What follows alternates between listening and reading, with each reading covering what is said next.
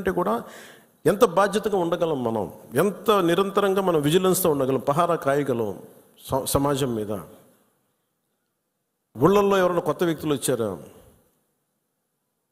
అనుమానాస్పదంగా తిరుగుతున్నారా, ఇవన్నీ it's also part of our responsibility.